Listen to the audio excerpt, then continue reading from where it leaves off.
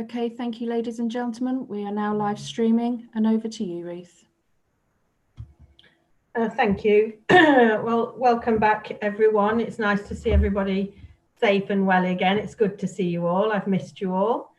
As this is the first meeting since January, this will constitute also the annual general meeting of the Breckland area museums. So I'd like to ask the floor if there are any nominations for a chair for the upcoming year, please. Councillor Digan. I'd like to propose Robert Kyberg. Lovely, thank you. Is there anything else? Councillor Kittle-Morris? I'm sorry, you're on mute, sorry. I'll second that proposal. Seconded, lovely. Anyone else? Lovely. Thank you. So the chairman then for the upcoming year is Councillor Robert Kyberg. Thank you. And I'll hand the meeting over to you now. Thank you very much, Ruth, and welcome to the historic first ever Zoom meeting of the Breckland Area Museums Committee. We've had agenda item 1. Item 2 is to elect a vice chairman. I would like to propose Councillor Philip Digan, who's been chairman for the last year and sorry, it's been vice chairman for the last year and was previously chairman, so he has a good track record of running these meetings.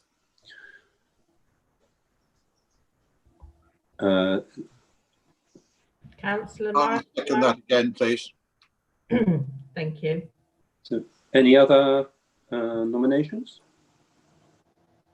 Okay, I therefore declare Philip Digan to be vice chairman for the ensuing year. Thank you. Thank you, everybody. Okay, so item 3 is the minutes of the meeting of the 15th of January. No, this is for accuracy only, and I'll go through page 3, page 4, page 5, page 6, page 7, and page 8, and we all agreed those are an accurate record of the meeting. Just one note on that, Chairman, apologies. Councillor Chris Harvey did attend the last meeting on the 15th of January, but I omitted his name off for some reason, so I will amend that in the next minutes. Thank you. Okay, thank you. So we move on to any declarations of interest. None. Sorry, my mouse is playing up.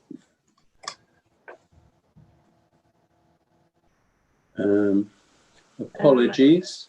Yeah, the apologies, Chairman, thank you. I've got from councillors Bowes, Brame, Richmond, Councillor Ward and David Blackburn. Okay, thank you. Duly noted. There are no chairman's announcements per se, and there is no urgent business. Sorry, I did the declarations of interest from memory rather than from the front screen. So no declarations of interest. So then we move on to item 8, which is Oliver Bone and the Ancient House Museum report. Over to you, Oliver. Thanks, Robert. I think Robin's going to do the first item, which is around COVID. Okay. Oh, did I freeze? Thank you, Chairman. Yes, just to update members as to where we are in terms of the COVID situation. So as detailed in the report, all of our sites closed back on the 19th of March. And since that time, colleagues around the service have been very busy working remotely primarily. We have been doing essential site and collections checks throughout the lockdown period. Other colleagues have been supporting other parts of the County Council's operation, for example, calling vulnerable people in their homes, helping with food distribution, etc. And also staff have been very active developing a whole range of digital resources and finding new ways for people to engage with the service. And Oliver and Andrew will be talking about that in their reports. We have, as members will be aware, now started to reopen a number of our museum sites. In doing this, we've followed very closely, obviously, sector-specific guidance, which for museums comes through the National Museums Directors Council, and working very closely with colleagues from the Norfolk County Council Health, Safety and Wellbeing team. And in every instance where we've been planning reopenings of sites and the recovery of other types of museum activities, we've worked with NCC Health and Safety colleagues to both review and sign off our risk assessments and safe systems of work. As I'm sure you can appreciate, this has involved a huge amount of work by NMS colleagues in terms of both physically preparing sites for reopening, but also going through all of the very detailed planning to make those sites COVID secure. And we have now reopened Time and Tide Museum in Great Yarmouth, Greston Farm and Workhouse, and Andrew will be talking a bit more about that a little later. We currently have Norwich Castle Museum open to pass holders and friends, but as of Friday this week, that opening will be extended to the public. And on Saturday, we reopened the Limb Museum to public visitors, having had a couple of days open to pass holders and friends. With all of these reopenings, we're using pre-booked time tickets that visitors are required to pre-book using the Art Tickets website. And that means we can very carefully manage visitor numbers and ensure that we're not seeing any queues, and ensuring that when visitors come to site, they obviously feel that it's a very safe and well-managed experience. Site capacity is not surprisingly reduced, and generally you're looking at about 30% of normal site capacity to enable us to comply with COVID restrictions. Those of you that have had the chance to visit one of our sites that reopened will be aware that we have now in place comprehensive signage for visitors. We also have the ubiquitous hand sanitizer units and other infrastructure that you would expect. And what that has meant is that the feedback from visitors who've come into our sites has been very positive. They've both enjoyed the experience of coming back into our museums, but also have felt that that experience was a safe and secure one. And as I say, there's been a lot of work to get us to that point, but it is really great to see visitors now coming back into our sites. We remain ever vigilant in terms of the changing guidance. Most recently, we've had to update guidance around the wearing of face coverings and the way in which we collect, test and trace data. And that's just the world that we're in. We're having to remain very flexible in terms of responding to any new requirements that come into place. So I thought, Chairman, I would just give members that very brief update. And I don't know if at this point, if members had any questions or comments regarding the COVID reopening elements particularly. Thank you. Well, I'll just start off. So are you using the QR code that can be used with a scanning application? Yeah, so in terms of compliance with test and trace, we already had in place a two-part system. Because most of our visitors are using Art Tickets to pre-book. As part of that booking process, we collect their key contact details. So that's that gives us what we need for test and trace. Any visitors that attend site, and we have had people just frankly turning up, we are able, if we can accommodate, and that information is then held for 21 days. Since the launch of the NHS app, we are now displaying the site-specific QR codes at those sites that are open. So Greston Hall, for example, in both the museum and the cafe. and that means we're sort of belt and braces in terms of collecting test and trace information. Excellent. Any other questions for Robin?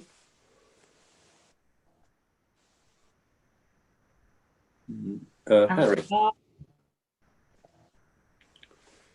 Yes, so thank you, Chairman, and thank you very much to Robin Hanley for your presentation.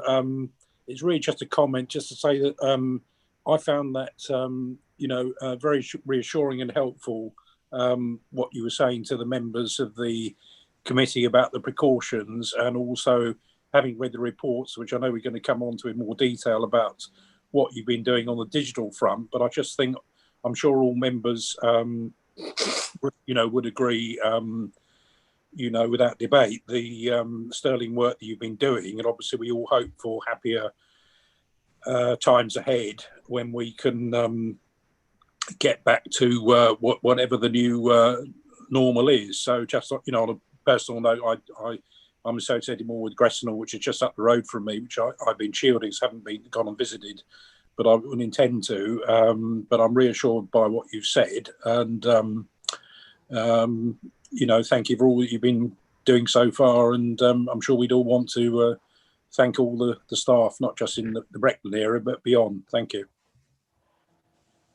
Thank you, Harry. Any other questions? I see we've been joined by the leader, Councillor Sam Chapman-Allen. Welcome, Sam. Thank you, Chairman.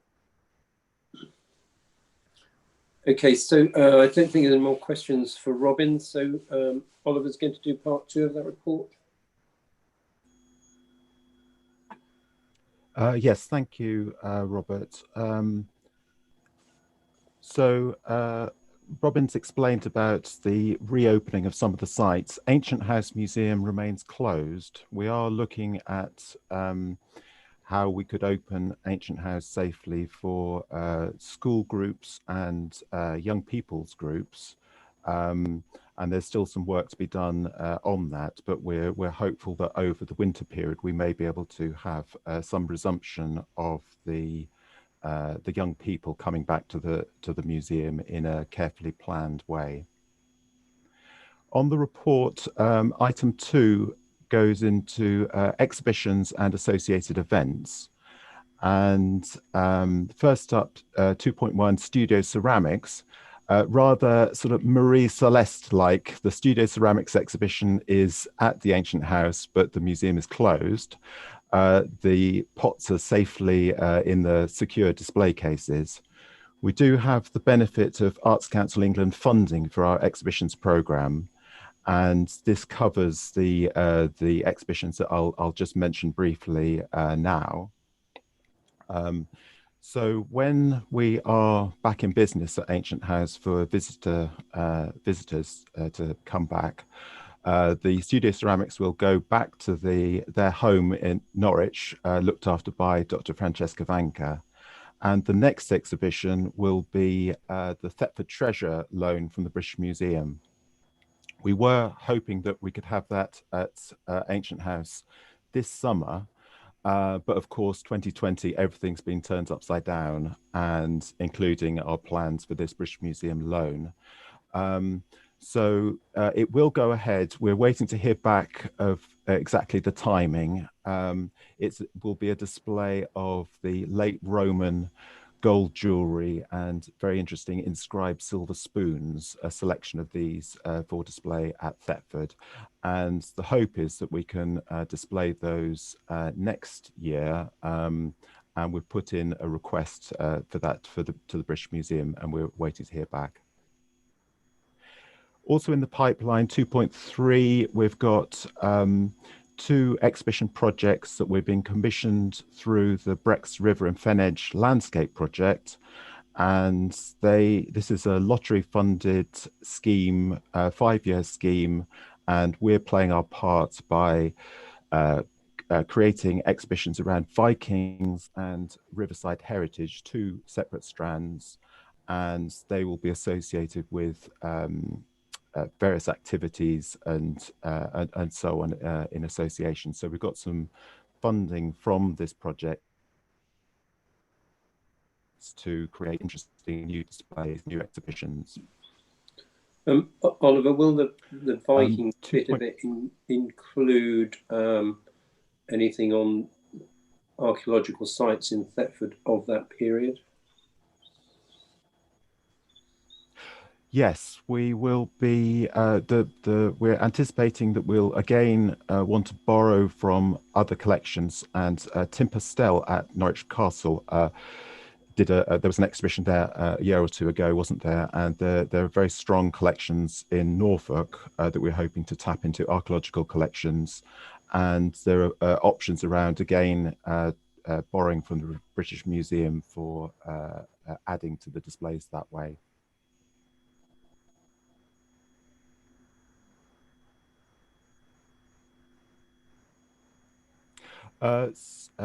Did you catch that? I don't know if I froze on the screen there.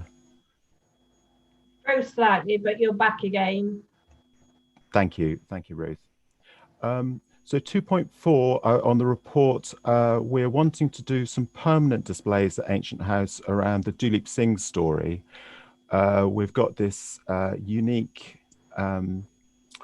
aspect of the museum foundation, that it connects with the settlement, really, with the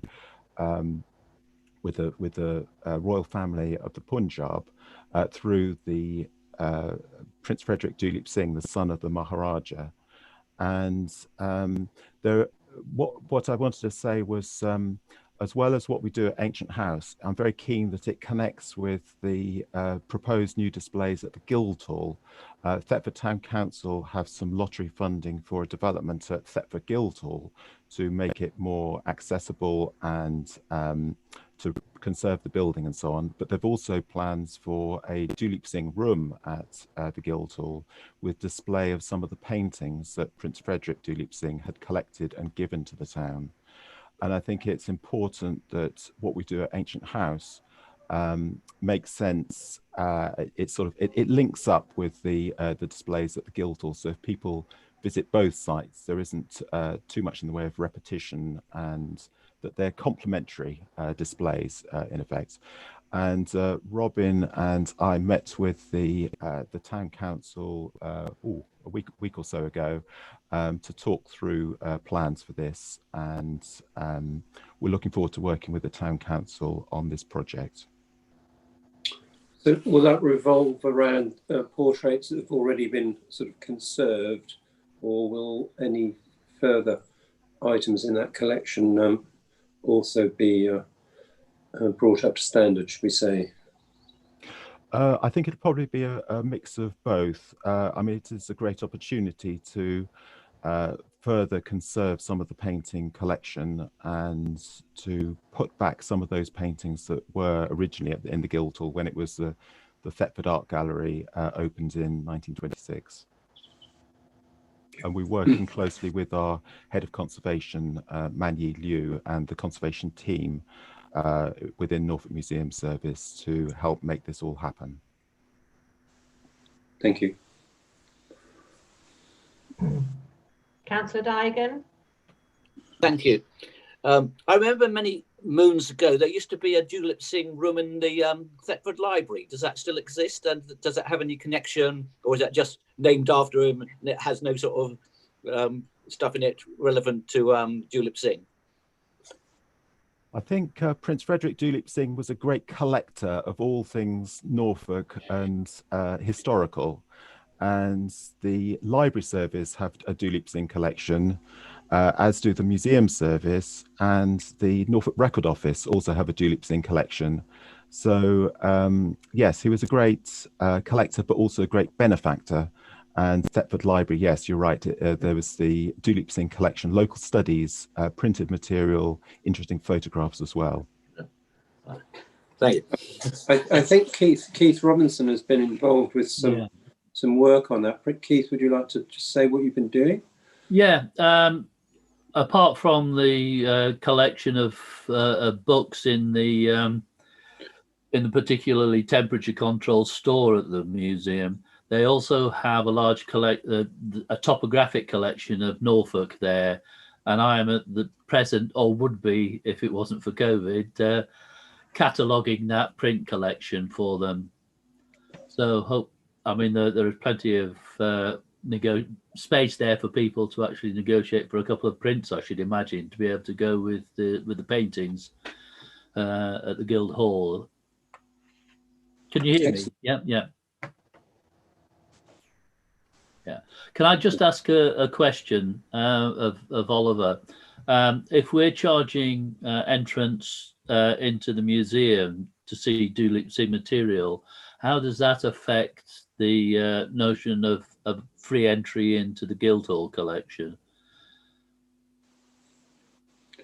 Well, they will be, although they need to be complementary, I think the displays, they will be operated by different organisations with their own policies on admission charging and so on. But I think what I would hope is that there'll be opportunities in the year, things like Heritage Open Days and special days, when Ancient House can be free admission, and those are ones that can be promoted to all. So yeah, I think that's what I would say. Right. I was just concerned whether there might be some kind of conflict of interest because of the difference in charging rates. That's all. I think that's a good point. Thank you, Keith. And I think the idea of charging needs to be part of the sort of the planning and the conversations with Thetford Town Council that we want to do. It's also an opportunity to promote membership of the Friends, which gives you unlimited access to the museum for a small annual fee. Indeed. And the more the merrier. The more the merrier. And I'm pleased that the Friends have extended their membership for a 12-month period to reflect the lockdown. We couldn't really do much else, actually, given the support that we've had, and it just seemed only fair that we carry that on through hopefully a less COVID 2021. Yeah. Councillor Harvey. Sorry, Mr. Chair, I have to give my apologies. I've just had a phone call from my son. I've got to take him to the hospital, so I've got to leave the meeting. Okay, well, hope everything works out well. Thank you. Okay, thank you very much.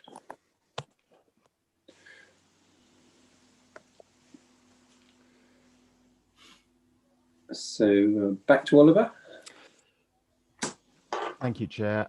So item 3 is around our learning work, and it's a brief statement there because things carried on as normal through till February, really, with our talks and our various groups and things meeting at the museum. And then in early March, things sort of started to slow down, and things got cancelled until eventually the museum closed fully in March, sort of third week in March. Since then, we've gone digital, as lots of organisations have, and our focus for all staff has been on the digital output.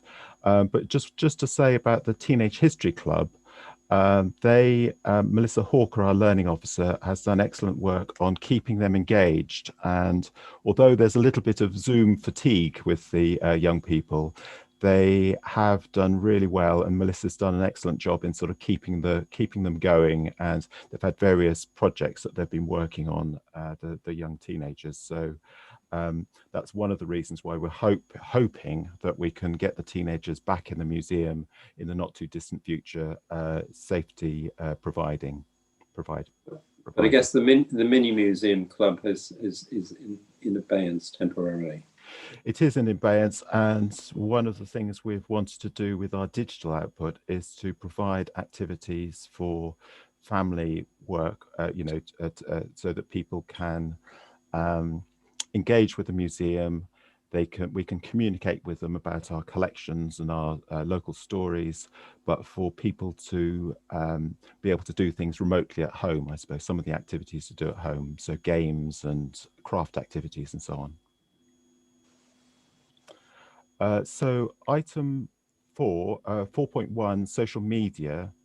What would we do without social media these days? It's been a bit of a blessing for this period because we've been able to use it to provides information about collections, about stories. We link in with slightly strange on this day or special days but they're a mechanism for us to share information and content about our collections, and that's what it's all about. So we've tried all sorts of different ways to do that. And one of the things that was mentioned at the January meeting was around the VJ Day and VE Day commemorations. And that's something that we've wanted to include within the output in this long period that I'm discussing.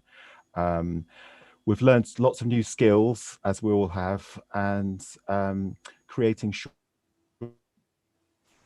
films is one of them. And we have item 4.2 created a number of little films about local activities, local history.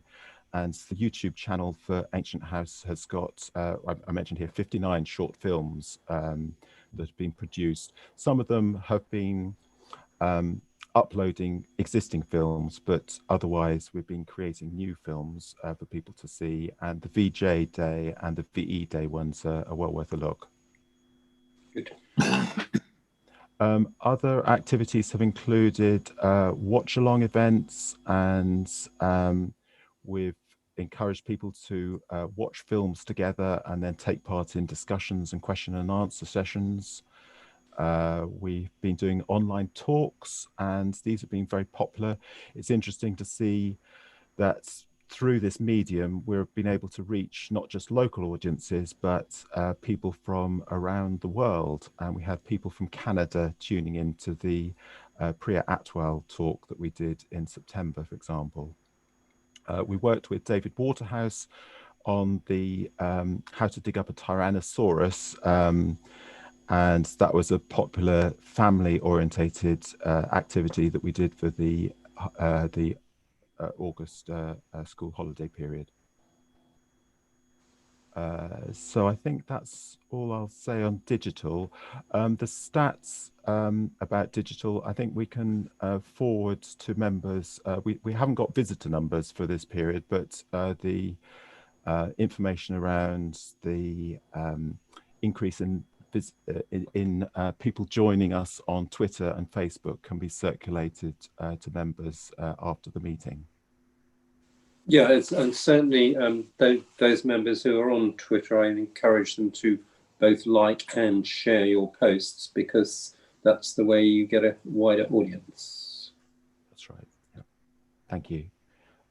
So item 5, other museum development. Sorry, there was a question from Terry Jeremy.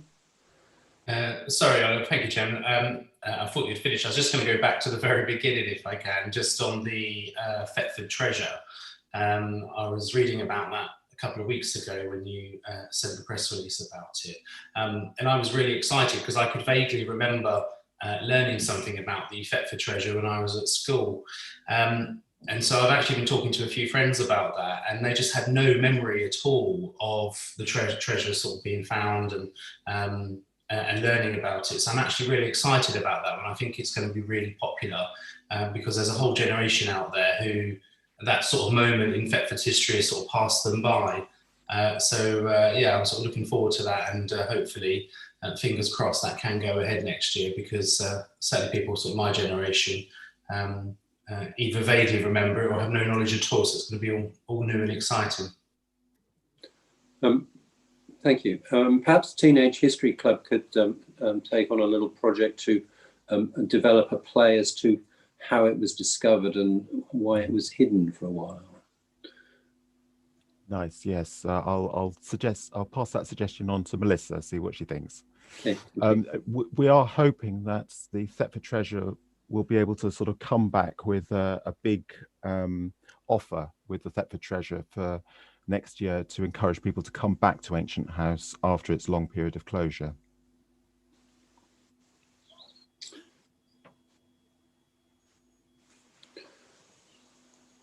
Good.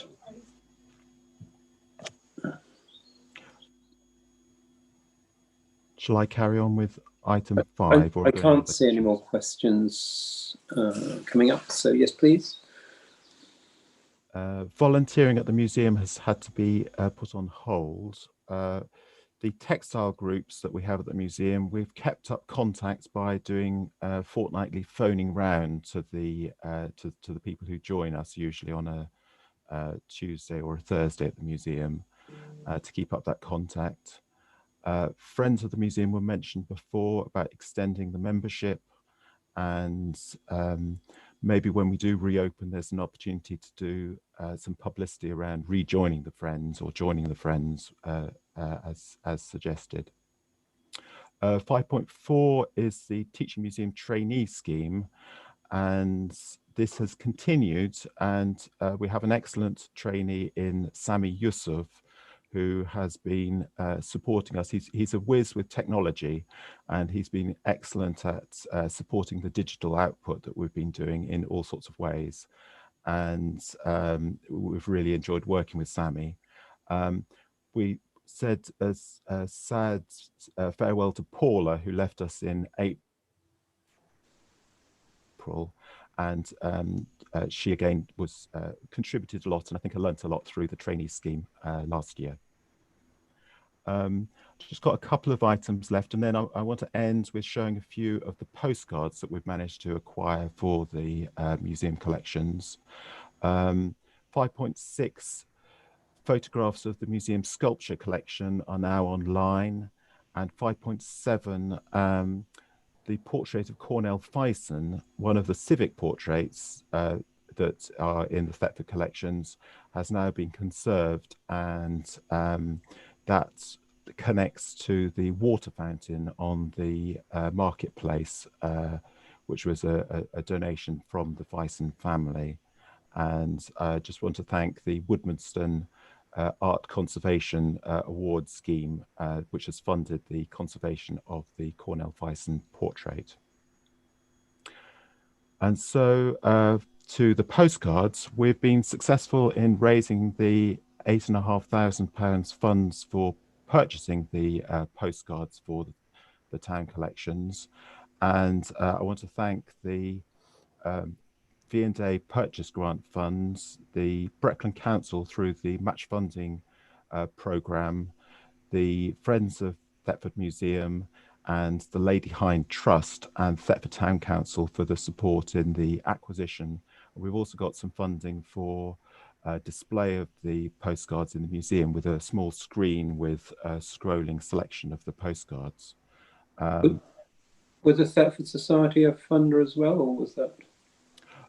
They have been in the past, but not in this particular instance, although Stuart Wright was instrumental in getting the funding from, or through a contact, the Lady Hind Trust funds. Okay. For that one. Perhaps if we could let Ruth have details of the funders, we could write on behalf of the Area Museums Committee and thank them for this important acquisition for Thetford. Yeah, thank you. It's a good idea. David will be known to many. Sadly, he passed away last year. He was a great local historian for the town and published a number of works on Thetford, built up an enormous collection of postcards, which were his pride and joy. And he approached us for purchasing the collection last year, and very pleased to see that acquisition has gone through. And I think if the technology works, I'll pass over to Ruth, who's got a selection. I think we've got 8 cards to show members.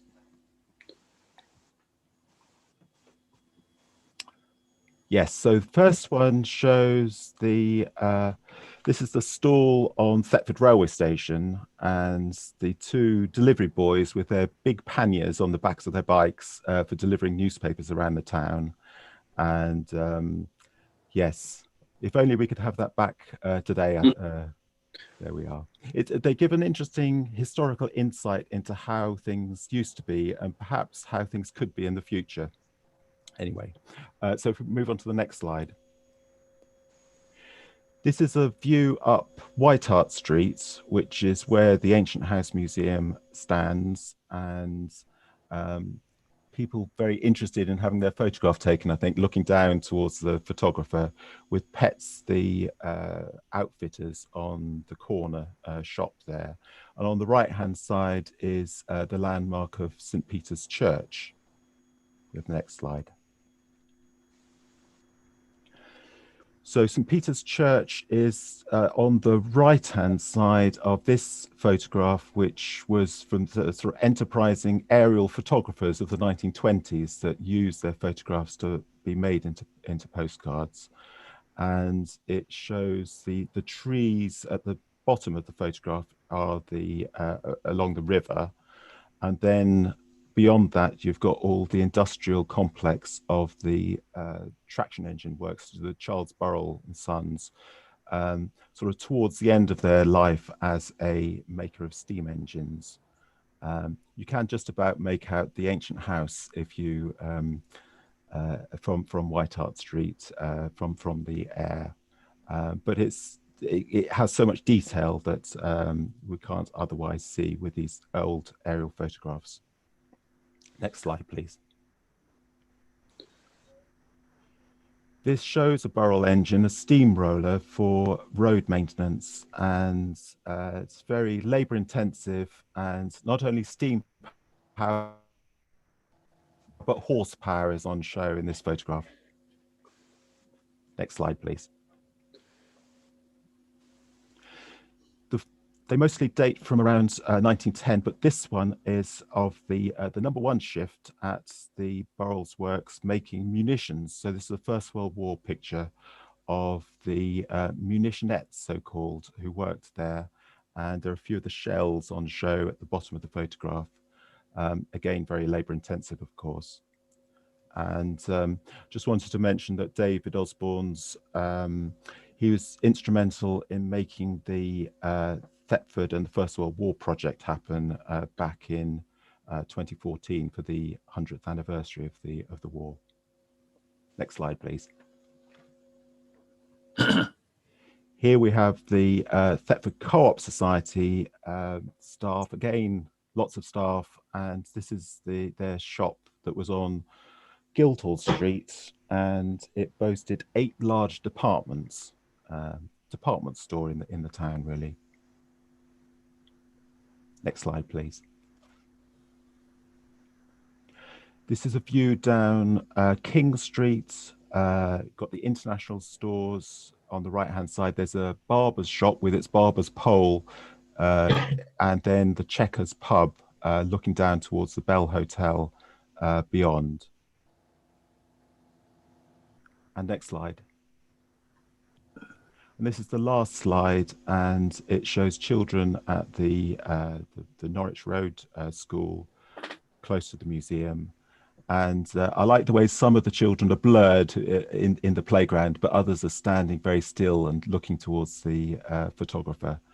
And a reminder, perhaps, that a lot of the work we want to do at Ancient House is around learning and helping the new generation to learn about Thetford's special history and heritage. And that's the last slide. So back to you, Chair.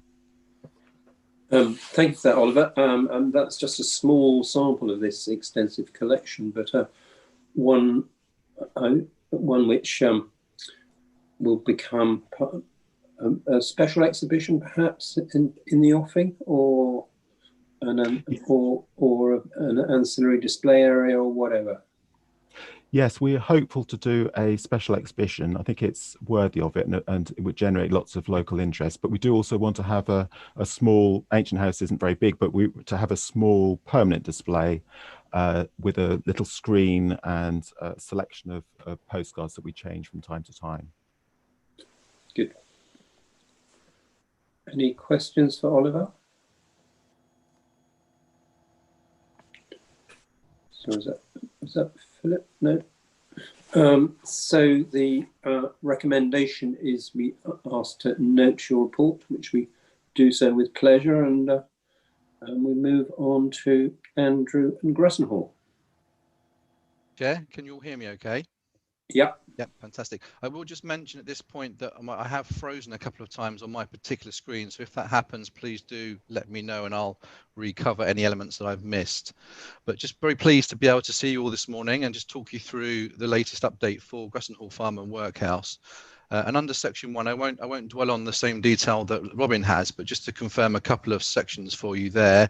As you know, Greston Hall did close on the 19th of March, along with all the other sites in the service, but we were very pleased to be able to put the work in place and all the required measurements to be able to open the site again on the 20th of July. That was a Monday, and that was for a couple of weeks for museum pass holders and friends before we opened to the public on the 3rd of August. So it's been a really interesting journey, and the team have worked really hard to get us to that point, and obviously since then to accommodate visitors in a very safe and COVID secure way.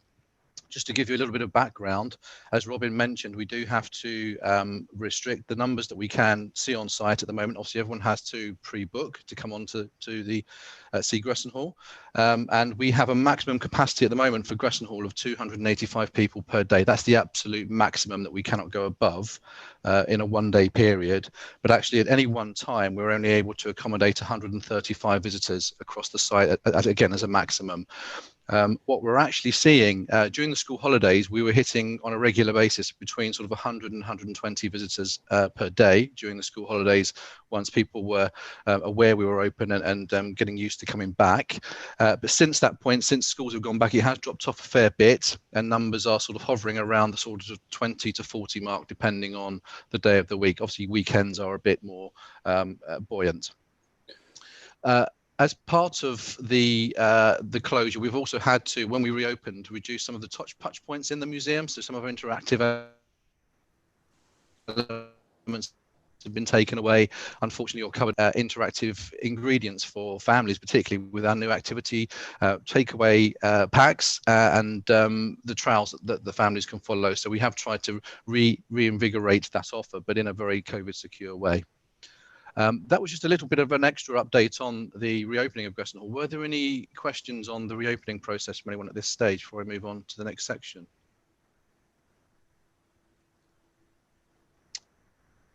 Can't see any questions.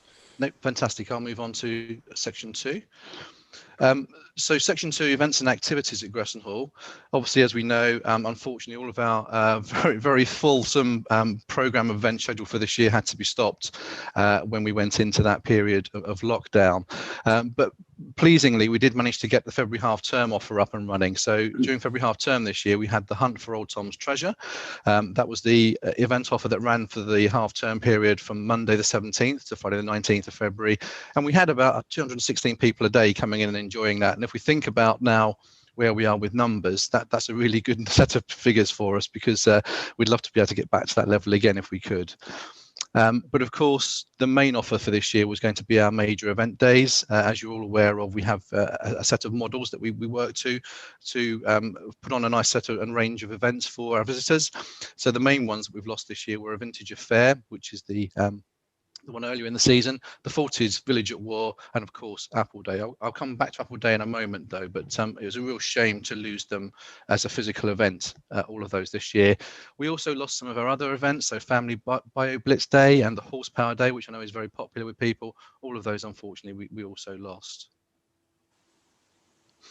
And again, we had pre-ticketed events which we used in a different way. Obviously, we're now doing it to let people come to see us on a day-to-day basis, but in the past we've used those for the pre-booked and prepaid events, for particularly out of hours and evening events. So the murder mystery event and the outdoor theatre event that we were hoping to host again this year were both also cancelled, I'm afraid. However, some of the good news is that since we have reopened, we've been able to reintroduce some event activities. So every day since we reopened, there's been a pencil-free children's activity sheet for people to take away and enjoy. And during the school holidays, I've already mentioned, we introduced the really fulsome and quite vibrant activity packs for children. And in there you had materials to make some craft activities, including some clay to make animals and activities like that. And there were the trail board sheets that could be followed around the main museum site. And these packs were very well received. I think our visitors were looking for something to engage with when they came in. Obviously, most of our exhibitions and events were in abeyance, but it was really nice for them to have something that they could take away and use themselves. And it was all self-led, so there was no interaction with our teams to keep everybody secure and safe. And it's really pleasing to report that across the 48 days we had during the holiday period, around 35 of those packs were taken each day. So it's a really good result for everybody concerned. Obviously, we do have October half term coming up, and in the current situation we find ourselves in, we are looking again to do the activity packs, the trail boards and the trail activity sheets, covering the full site this time, so it will include the farm and the orchard and other areas. And there's also going to be an intriguing, I haven't seen the detail yet, but an intriguing hands-free obstacle course for children and families to enjoy. So looking forward to seeing how that will work. One thing I will just mention as well is we talked there about a future event with Apple Day potentially becoming a digital offer on Sunday 11th. Obviously, we just had that yesterday. So just a little bit of background.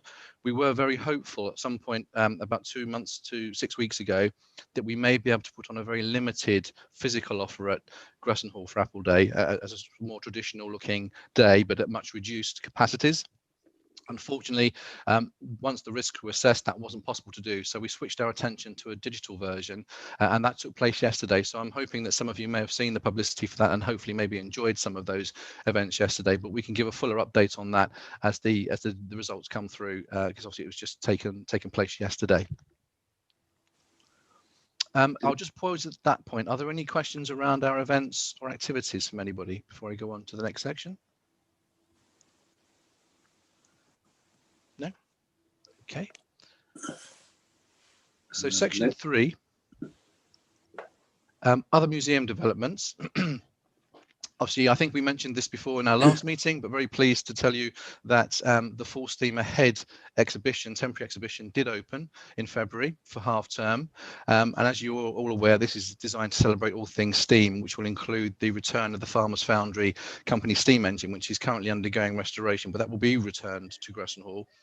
Plans are still moving forward at a slow pace at this stage, but plans are still moving forward to return that to us in the spring, with COVID restrictions being completed to make that happen. I note that you're referring to the role Andrew, I know you're referring to the role of steam in the British Empire. That's almost politically incorrect these days.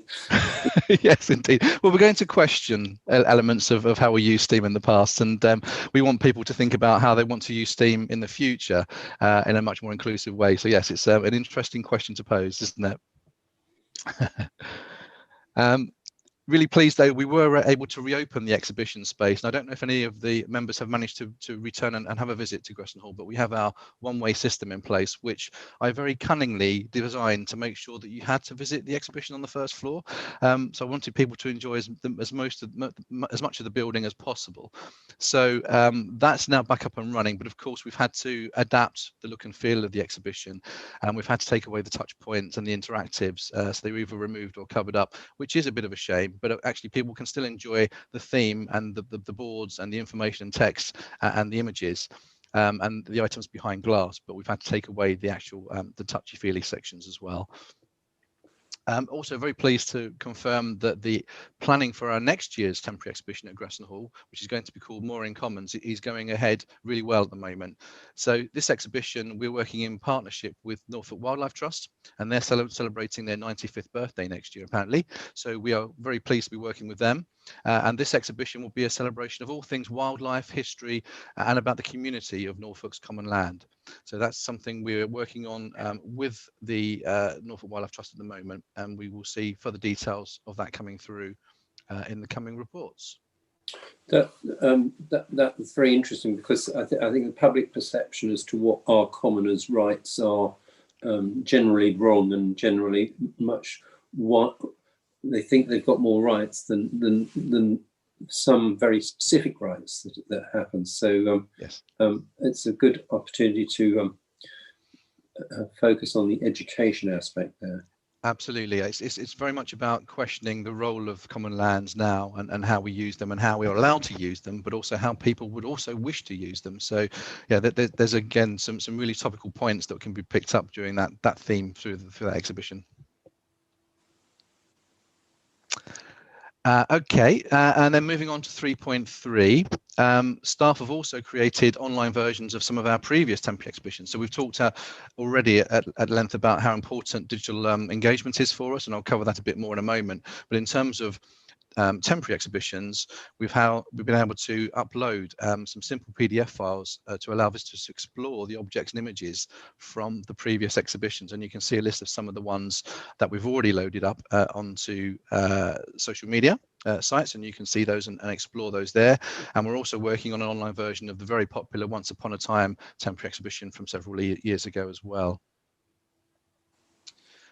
Greston Hall continues to lead on the Morton Oliver Twist project, which I think you've all had detail about in the past, so I won't cover the main details of that. But what's happened since lockdown is that Dr. Megan Dennis and her team, so the curator from Greston Hall and her compatriots and her volunteer teams, have been granted a 4-month extension, which they have completed now on the 13th of October. Well, they will complete tomorrow on the 13th of October. And then what's happened with this particular exhibition now, where the physical exhibition, which was due to tour around the 6 different partners within the exhibition project focus group, it's actually been now completely turned on its head, and it's been turned into a digital offer. And this digital exhibition will then be hosted on Google Arts platform in the coming months. So we're hoping that's going to come to fruition fairly soon, I believe towards the end of this month, beginning of next month. So Google Arts and Culture platform, tell us a little bit more about that, please. So it's a platform that heritage sector can utilize to upload various options around people exploring your museum site. So for example, we have digital tours of many of the museums uploaded. So I know Time and Tide have just recently uploaded a digital tour of that site. So people who can't physically make it to site can go online and explore the site itself. And I think, Oliver, you've got them as well, haven't you? Online tours of the sites? Yes, some years ago we had the Google trolley come round Lynn Museum in King's Lynn and took lots of photographs. And you can do, it's a bit like Street View. You can go to Lynn Museum, click on and sort of have a little wander around inside and have a look at the displays in the museum. So it's really good. Yeah, so it's a lovely platform for people to be able to engage with elements of culture and heritage that they can't do physically. So it's very much a very good online shop for people to explore different sites, different collections, etc. So we've been trying to utilize that much more, particularly in the last 6 months or so.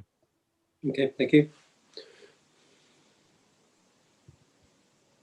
Okay. Also, what's happened, there's always a slight silver lining to difficult situations. So the lockdown has given us a slight opportunity to recruit further family history research volunteers. So people have been wanting to volunteer to help the museum during this difficult time, and to give them a focus as well, whilst they've been sometimes based at home with not being able to work or to visit other people. So we've managed to recruit other volunteers to help research, and the research on the 1881 census has been completed. And because we now have a nice volume of volunteers working with us, they now started researching the 1871 census as well. So it's good to see that work online is continuing. Other sections to quickly mention for you under this particular area, I would like to highlight 3.6, which is collecting COVID-19. Sorry, let me start again. That's a collecting COVID-19 project. So this was started by, well, many of the curators actually around the NMS sites are looking at this as a program and a project. I know there's a similar one going on at Time and Tide at the moment, but Megan Dennis, the curator from Greston Hall, was very keen to look at doing something like this. So it's a phased response and a phased approach around collecting stories and objects relating to the pandemic across Norfolk and a wider afield if necessary. So there was an initial phase of collecting during lockdown itself, and this will be followed up by this next section, which is a living with the pandemic phase, where people will give thoughts and their reminiscences, but also objects about how we live with COVID on a day-to-day basis now. So an interesting addition to our armoury. I mean, I guess some of the historically important bits of that will be almost entirely digital. Yes. How will that be part of the program of collection? Yes, we do collect digitally now. There's a way for us to do that. So I think we are looking to, across the service, because I think there are several curators looking at this, as I mentioned before. There will be a physical collection, there'll be a digital collection, and there will be ways for us to capture potentially oral histories, perhaps, but also written text from people around their reminiscences and their experiences through the lockdown and the pandemic.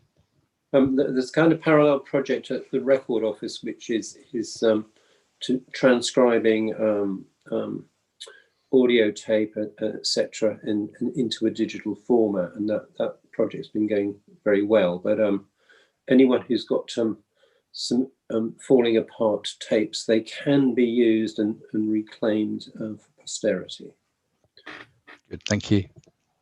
And if anybody wants to engage with that project, please do feel free to contact Megan at Greston Hall. She is looking at collecting, as I say, reminiscences, objects, and digital offerings as well. Finally, under point 3.7, just wanted to give you all an update on the new adventure playground at Greston Hall. So, as you all know, this has been an opportunity for us to completely refresh and invigorate that space, and it's been a bit of a long journey for us, unfortunately, because of the lockdown. We had to completely stop works in late March, but we managed to start again in June, following a very thorough risk assessment and review of procedures. And I'm very pleased to confirm that the new equipment is now installed and ready to be utilised. And we now have some final landscaping works that are taking place in the wider playground area to make it fully safe and usable. Of course, we've had to risk assess the area. So we've completed a risk assessment and installed some safe systems of work and some procedures around how people will use the playground when we open it.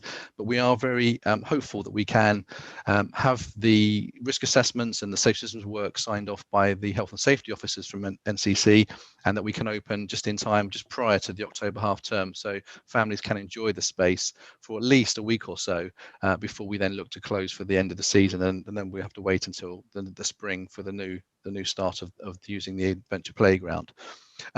Ruth, I don't know if it's possible to share the images at this stage. Is that something we can do now? Fantastic, thank you. So I just have again a little selection of images for you of how the playground now looks. So that's it. That's the first slide. Thank you.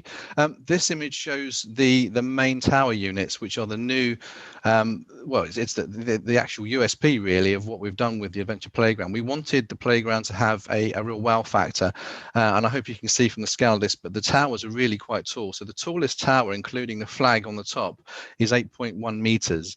So when children climb up and climb into the top section where you can see the bubbles and the slides starting to come down, they are in the tree canopy, so it's a really good and really lovely special place for them to play. And of course you can see that the equipment there is quite comprehensive. There are many elements. There's different elements to get between the different towers, and obviously enjoy the different slides that you can see there as well. Thank you, Ruth. Next slide, please.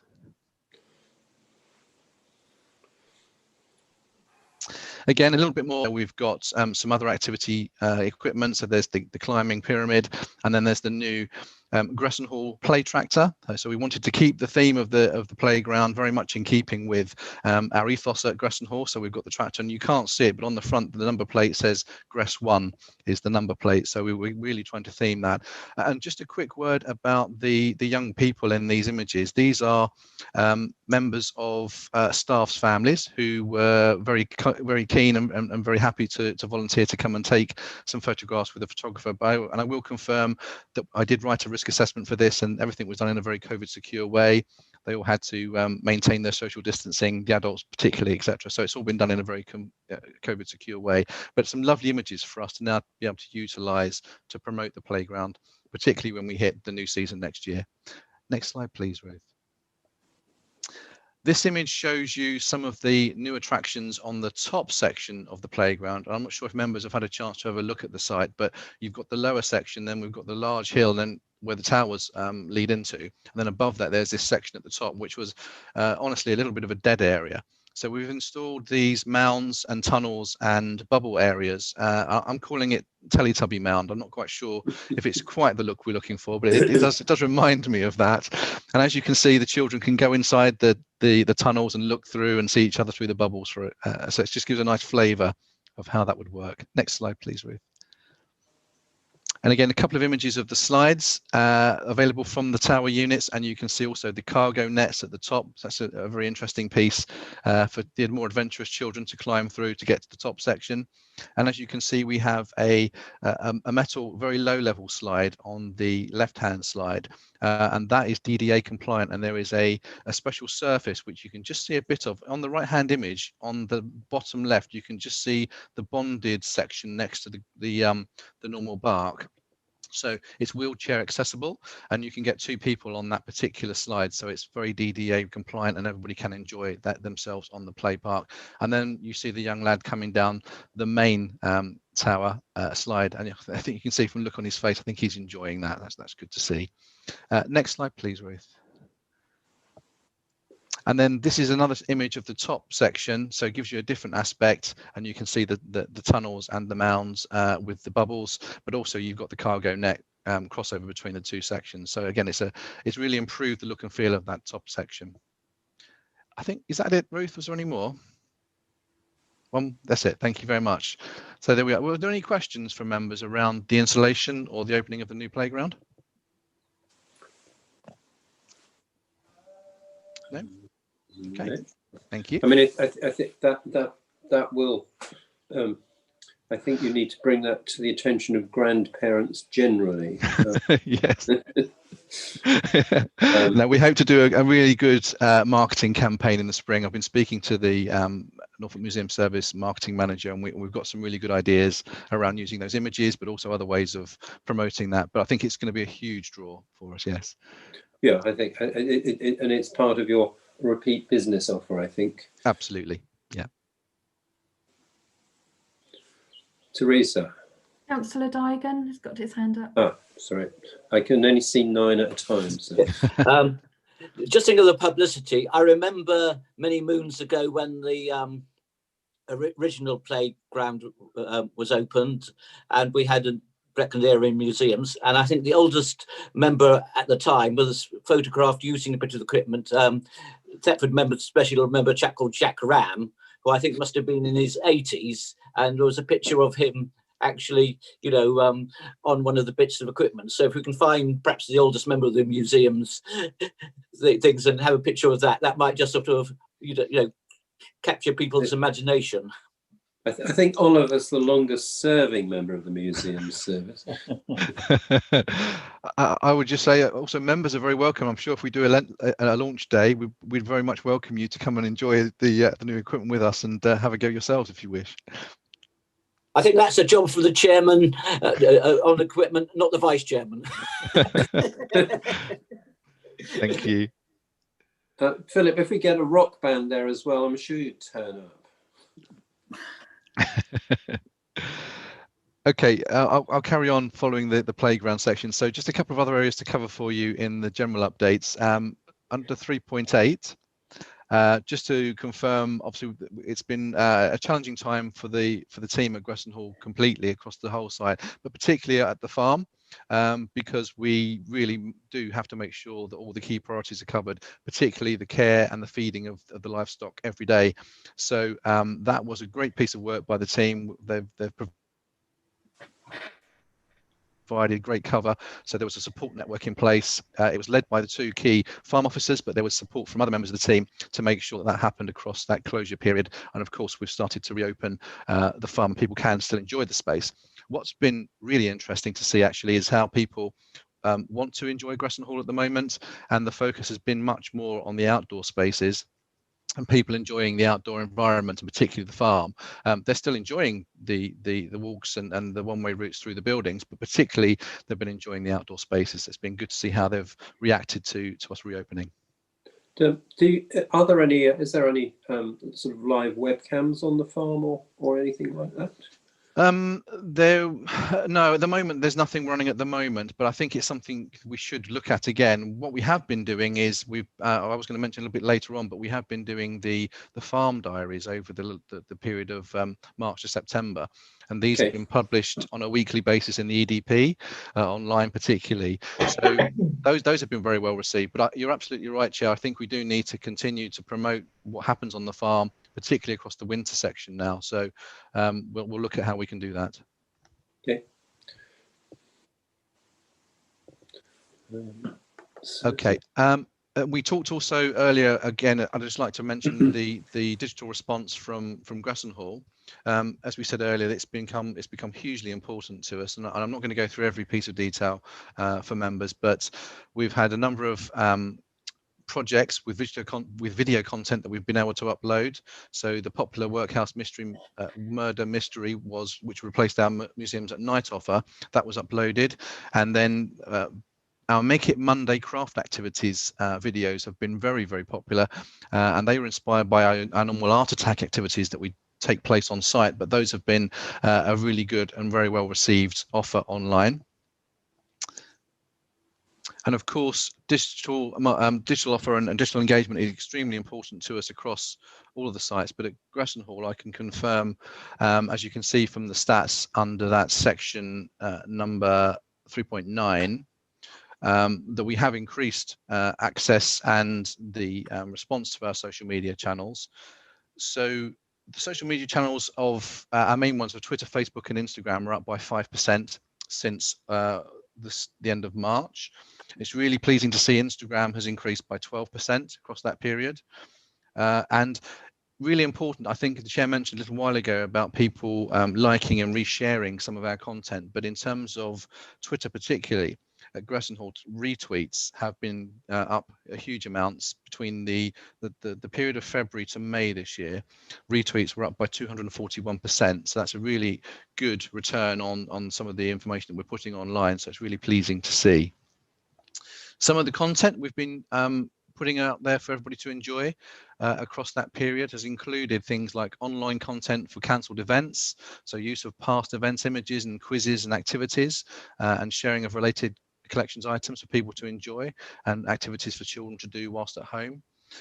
We've had Moaning Martha takeovers, so she's been very popular, has featured several times actually online, and I'm not sure whether members will have seen on our website when you're looking at COVID secure returning to Greston Hall and other sites, under the Greston Hall section, she did a lovely video around interacting with the COVID secure arrangements that we put in place at Greston Hall, which was very popular. And as mentioned just now, we did continue to publish the Greston Hall Farm Diary every week with the EDP. That was generally published online by them, but it was a really lovely update, excuse me, really lovely update across the farm activities.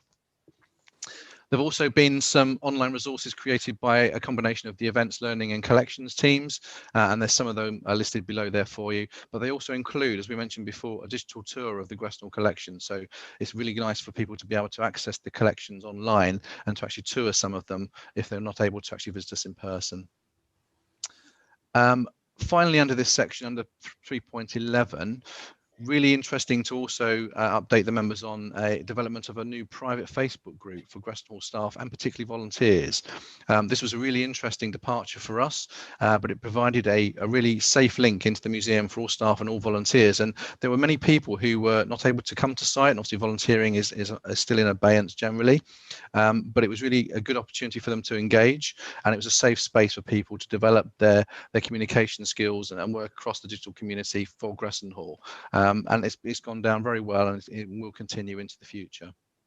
So can committee members join that group? I believe you can. I will. If anyone's interested, please let me know, and I'll make sure that Megan Dennis asks you to join. Yes. Yeah. Well, it's useful to have the background about what's going on, rather than just finding it all in a quarterly report. Absolutely. No, I'm very happy to do that. If you'd like, if anyone pass them on to Megan for you. Thank you. Thank you. Moving on to section 4, just to mention, of course, under section 4.1, the Friends of Greston Hall remain very supportive of the museum, but of course it's not been possible for them to engage with us physically over the last 6 months. There have been no committee meetings held on site, and of course the second-hand bookshop has not been able to open at this stage. We hope to get that back online and reopen again in the spring with COVID secure arrangements in place, of course, so we'll look forward to doing that with the friends at that point. Under 4.3, again, I'd just like to highlight the fact that the Vista group, sorry, the volunteer group that work with Megan, our curator, have been really well engaged with by all the things that she's put in place. So we talked about the Facebook group a moment ago, but she was sending out daily emails with updates to that volunteer group, and she still generates those on weekdays for them. That was particularly helpful for people who don't engage with social media and just have an email account, and particularly those volunteers who were shielding at home particularly, they were very, very grateful to have those updates, to know what was going on with the wider Greston Hall team and the community. And what's been really, really important for us is we've been able to develop a range of remote volunteering opportunities through Megan's team. So we've seen our volunteer team increase across this last 6-month period from 120 to 150 volunteers. We're recruiting people from across the UK. So it's not just local to Norfolk. We're getting people applying to come from various places around the UK. And it's increasing the diversity of our volunteer base as well, which is fantastic. So there's been work on family history research, cataloguing the workhouse archives, and improving collections records. Also, some of the volunteers are going to be involved in creating an online 3D sculpture for the 2021 temporary exhibition, which we mentioned earlier. And what I'm really pleased to report to the committee about is, following a full review and COVID secure safe system of work and risk assessment, we've been able to gain approval from director level for the resumption of a very limited outdoor gardening volunteering opportunity on the top site at Greston Hall. So what this means is we have a maximum of 3 gardening volunteers coming in on Tuesdays and Wednesday mornings only, to help maintain the gardens on the top site, because they were starting to get a little bit ragged. So they've come back onto site for those 2 mornings only to maintain those gardens and bring them back up to where they were before. I'll just sounds good. Any other questions at that point from anybody? No, thank you. Section 5, which covers learning and outreach. As we've already mentioned earlier, we are planning for school visits to resume at Greston Hall after the October half term. And as Robin mentioned, we're waiting now for the sign off of those risk assessments and safe systems of work to enable us to do that. Of course, we'll have to be very careful how we manage this. So only 1 school will be allowed to visit us on any one day, and there'll be a maximum of 2 school classes from a single year bubble. So it'll be done in a very secure manner. But we're also engaging with schools by offering them a digital offer now as well to complement the physical program. And there's a combination of pre-recorded films and live stream going to be available that they can go streamed straight into classrooms. The first offer the team are working on is a series of films for Year 3 students about Neolithic Britain. Just a quick mention of the Kick the Dust project. Robin's going to do a full update in just a second for you on the county-wide offer, but just to mention that Rachel Duffield, who's our Kick the Dust project officer for the West and particularly Greston Hall, has led on a Museum in a Jar project, which is a county-wide project to encourage young people to display their own responses to lockdown.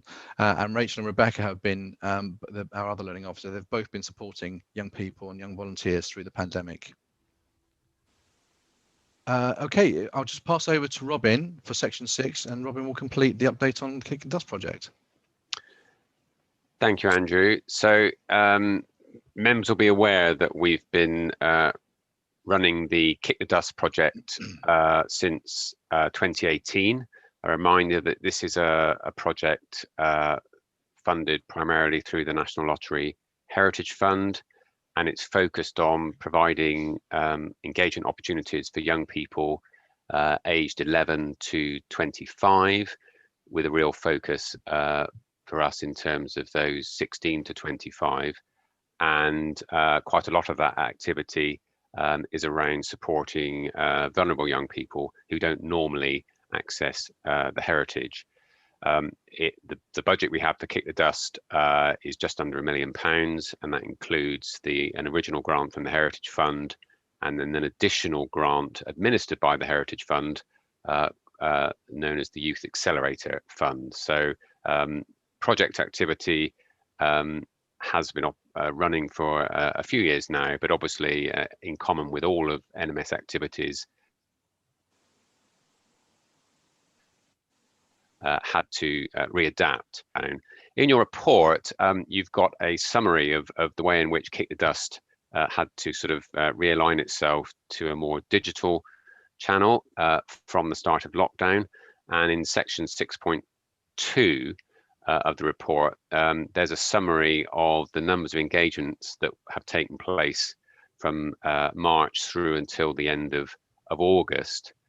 So this is activity happening during lockdown, and you can see from the report that we've worked with around 400 individual young people who've worked with us on 940 occasions, and during that period from the beginning of lockdown to the end of August, we've delivered around 490 hours of digital activity. We've worked with 17 different Kick the Dust groups. So some of those will have been existing groups like Teenage History Club at Thetford, or the Brain Cells at Stores of Lynn in King's Lynn. In other cases, it's working with new groups of young people, including a number of new YMCA groups with a particular focus on YMCA young people in YMCA accommodation. And obviously during the lockdown, those young people were struggling to access a whole range of services. So we did develop some new activities specifically to support 10 new groups of YMCA young people during the lockdown period. And you can see from the report that actually we delivered something like 75 specific heritage activities targeted at YMCA groups. And that's a sort of continuation of the strong partnership we've had with the YMCA, who are an active partner in the delivery of the Kick the Dust project. 6.3 gives you the sort of summary of engagement from the start of the project in October 2018 through to the end of August.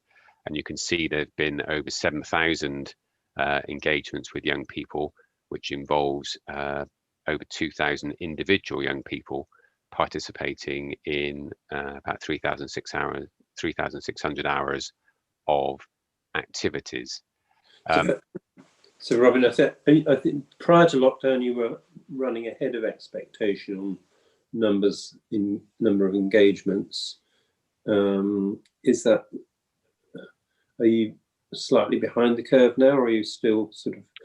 No, I think because we'd made such great progress before lockdown, obviously we've been able to sort of manage the numbers. But I think the Heritage Fund, who are the key funder, are obviously very aware of the impact of COVID on our Kick the Dust project, and indeed the other Kick the Dust projects running across the country. We're one of 12 projects across the UK. And we have been talking to the Heritage Fund throughout the lockdown in terms of us needing to redesign our programme, and the Heritage Fund are very sort of understanding of the fact that inevitably some of our participation numbers may need to be revised. The key is that we're continuing to sort of operate in different ways, and I think it's been really encouraging that we have been able to both maintain engagement with our existing groups of young people, and Teenage History Club's a good example of that, but also to develop new groups of young people during this period. Under 6.4, what we also talk about in the report is a project that was designed to reflect the fact that not all young people have ready access to online and digital resources. We have a number of young people who are in digital poverty, which means that they can't always access digital resources because their household doesn't facilitate that. They don't have the relevant device.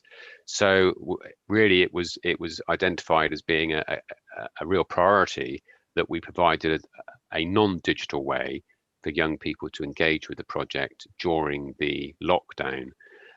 Included within the report is a case study on the Art Parcel initiative, which was the Kick the Dust response to that.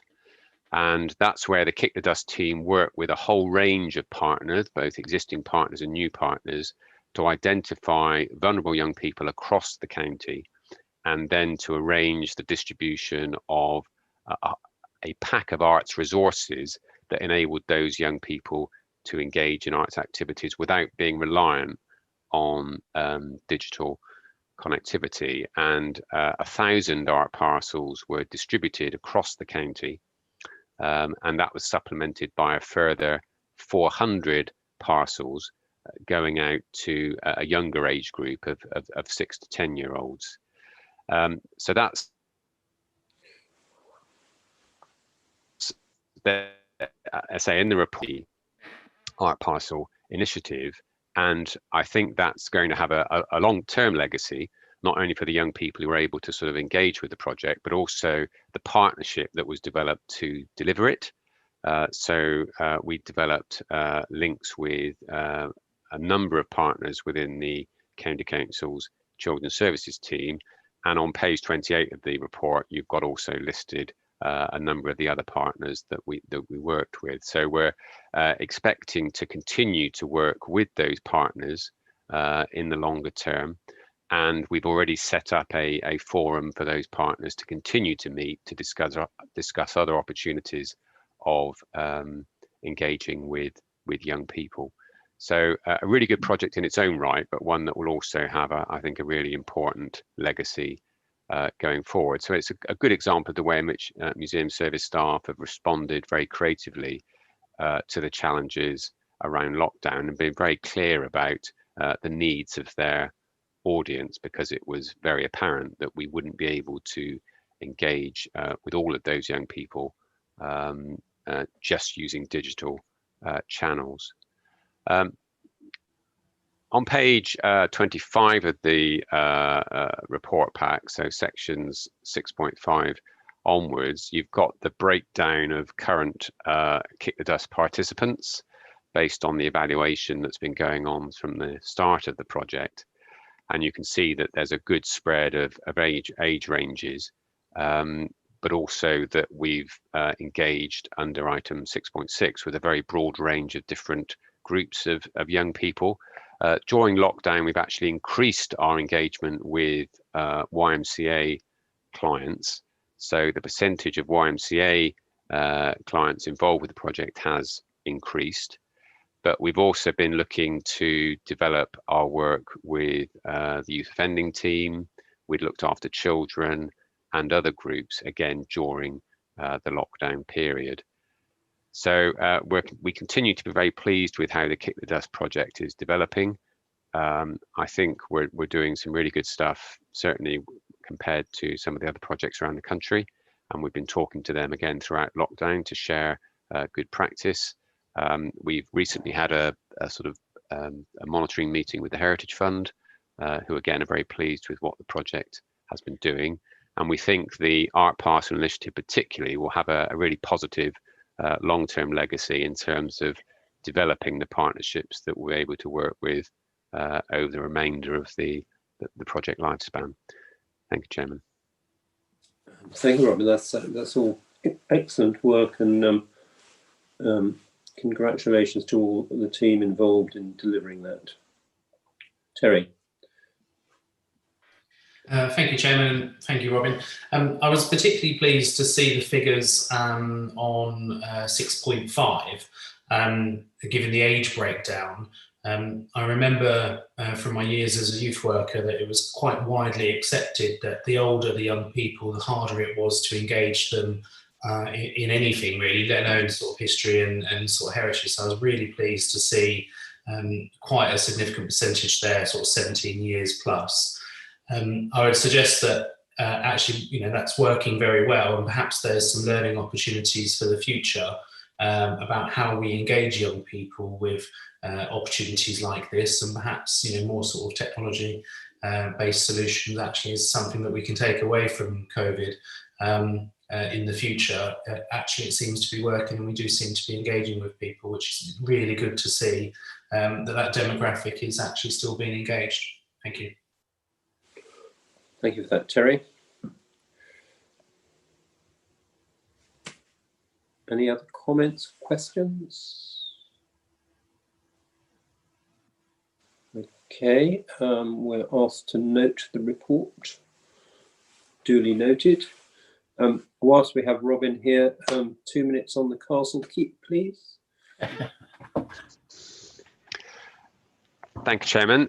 Yes, well, we've had a very sort of significant step forward in the last few weeks. Any of you that have been to Norwich in the last couple of weeks will have hopefully noticed the enormous tower crane that's now appeared outside the castle keep, which is a very sort of strong indicator that exciting things are now definitely happening at the castle.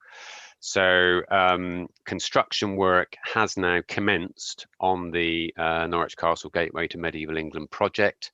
We were delayed because of COVID in awarding the construction contract, but at the start of August we completed the contract and construction works are now underway. We've also reviewed the programme for the project as a whole, and as part of that reflected on any sort of COVID implications going forward. At this stage, we're expecting to have the phase 1 areas of the project returned to us. That's the main visitor entrance, the cafe spaces, the key visitor route into the building, returned to us for July of 21, and then the keep itself, we're looking at July 22. So there has been a delay in the programme because of the COVID lockdown, but also the programme has extended because of additional COVID procedures that need to be accommodated by the construction company. The museum will remain open throughout the construction project, and on Friday of this week we are opening the castle to general public, having been open to pass holders and friends. Inevitably, it's a limited offer, which will be reflected in the ticket price, and the museum will remain open throughout the construction project. As well as construction work commencing, we've also been doing a lot of work around the interpretation. So we're just in the stage at the moment of awarding contracts for some of the key interpretation elements. So that includes AV development, cases, and main exhibition fit out.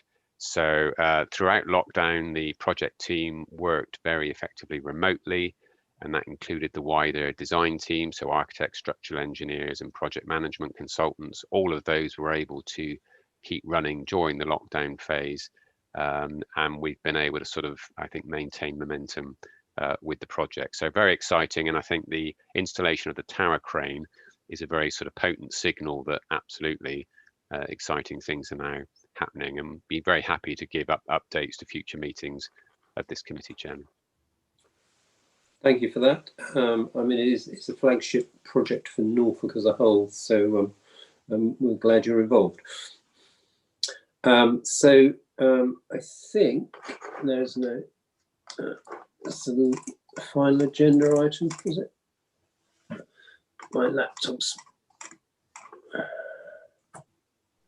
Yes, Chairman. The last item is to note the next meeting.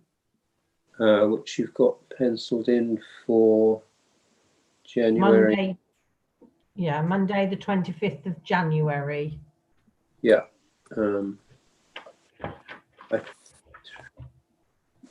I think that's okay with me, but we'll obviously confirm nearer the time the arrangements for that meeting.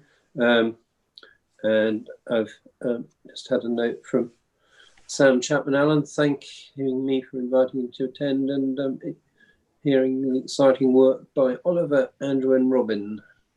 So we must all work together to drive this agenda forward.